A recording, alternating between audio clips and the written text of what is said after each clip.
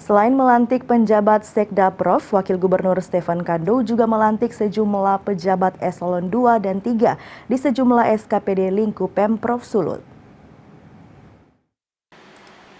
Beberapa nama pejabat yang sudah familiar yang memimpin di sejumlah satuan kerja perangkat daerah pemerintahan Oli Dondo Kambe dan Stephen Kando dirotasi dengan jabatan dan kedudukan baru. Dari sejumlah nama, terdapat nama Clay Dondo Kambe yang sebelumnya menjabat Kepala Biro Umum, kini dipercayakan menjadi Kepala Badan Kepegawaian Daerah Provinsi Sulawesi Utara.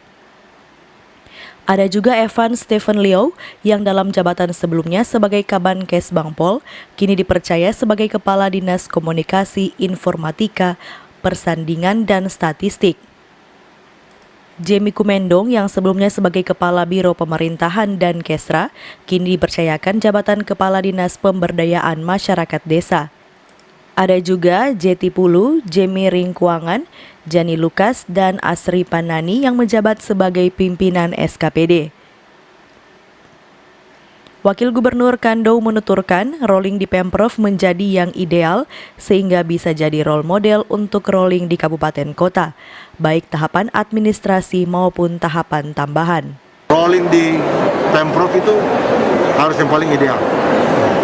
Makanya dari syarat administrasi saya boleh sampaikan ini harus jadi role model sampai ke kabupaten kota. Tahapan administrasinya maupun tahapan tambahannya. Nah, ya. Tambahannya banyak sampai terakhir semua mereka disuruh dibikin makalah oleh Pak Gubernur. Tempat lain tidak ada. Jadi singkat kata meritokrasi yang dipakai. Meritokrasi itu apa? Berdasarkan prestasi, berdasarkan kapabilitas, berdasarkan pembangkatan dan jasa bisnis. Ini makanya hari ini. Seluruh pejabat yang dilantik sudah mendapatkan persetujuan dari Komisi Aparatur Sipil Negara (KASN).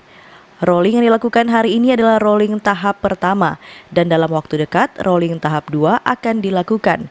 Wakil Gubernur Kando menegaskan apakah sebelum Natal atau antara Natal dan Tahun Baru tinggal menunggu waktu yang tepat.